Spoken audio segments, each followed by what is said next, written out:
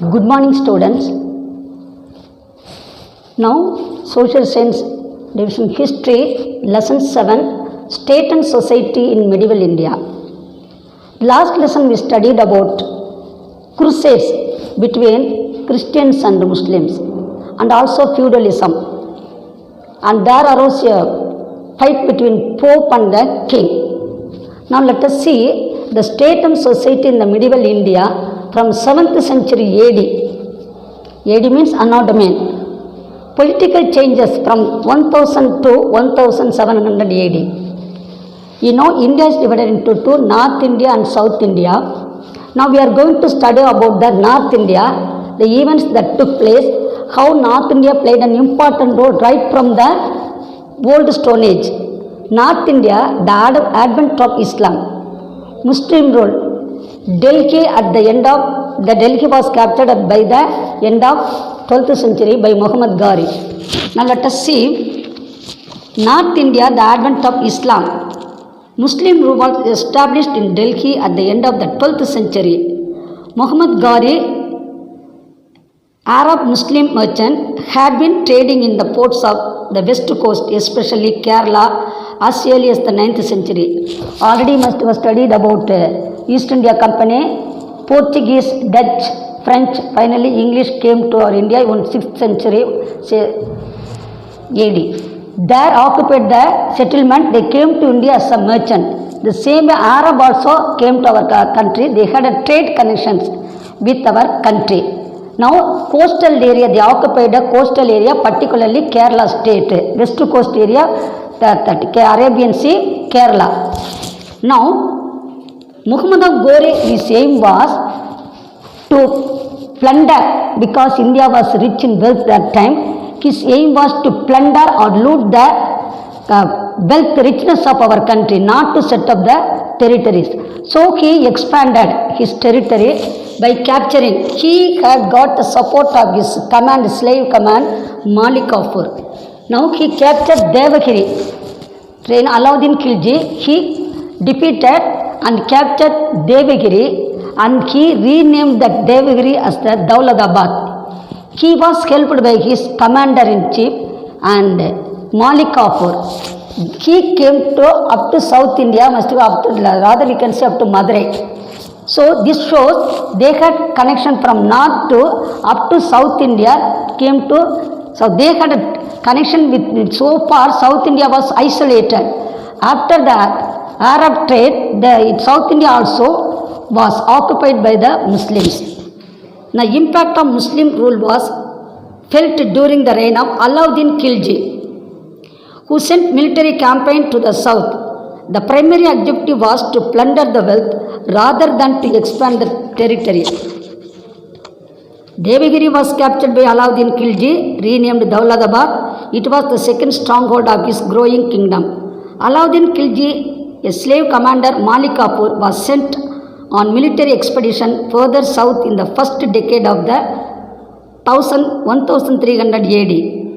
Next came to the dynasty Tughlaq kings, who came after Alauddin sent their armies to the south. As a result, the generally more isolated southern part of the country came into the orbit of the rules of the north. Governors were appointed in various provinces in the Deccan region. I know you know about Deccan Plateau.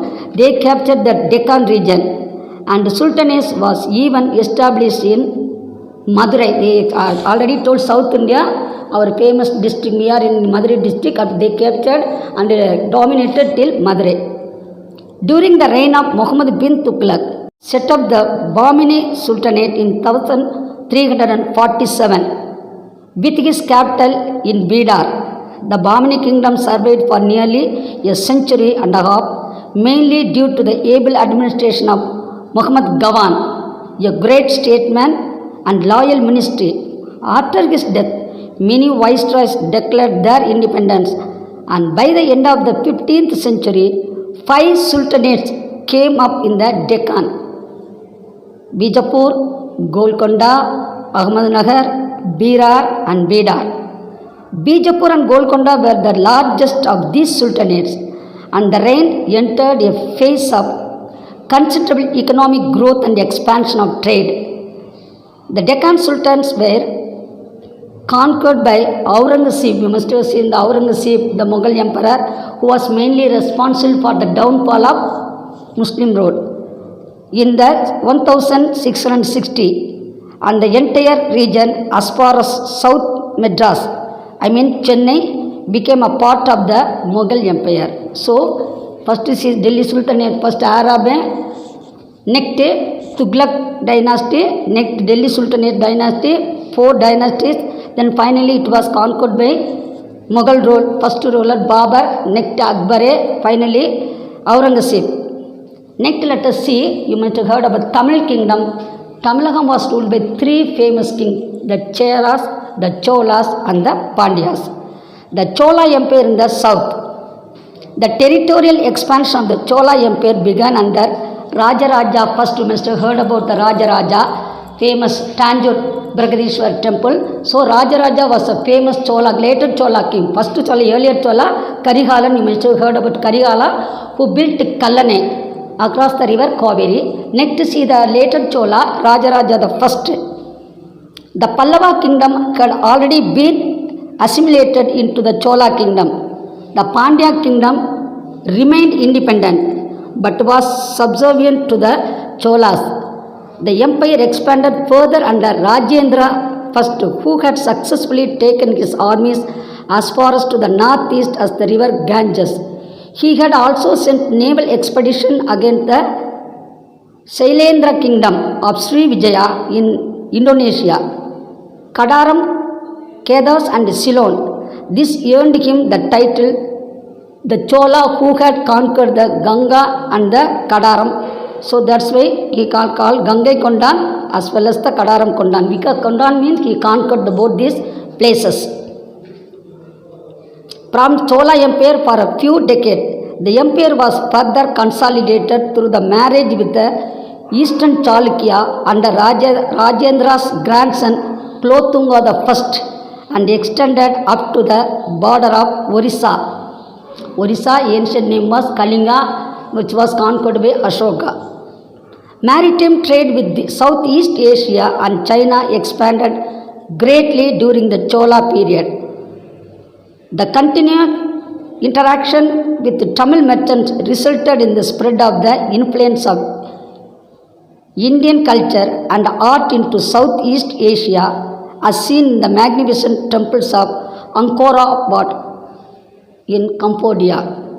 So, from this we see the South India was under the control of the 3 Tamil kingdoms, and we studied about the Cholas. Chola famous king Rajaraja Chola. Next Rajendra first. Rajendra Chola, he conquered both Gangai Kondan and up to river Ganga. Next Kadaram also, both the places is conquered, so he is called as Gangai Kondan and Kadaram Kondan. Thus the Cholas extended their territories, and famous kingdom grandson Rajendra's grandson was Klotunga I, and he extended up to the border of Orissa. They conquered from Tamil Nadu to Orissa state, in ancient name Kalinga. So this shows that ability and how they had consolidated their kingdom by conquering the territories of the neighboring states. Thank you, students.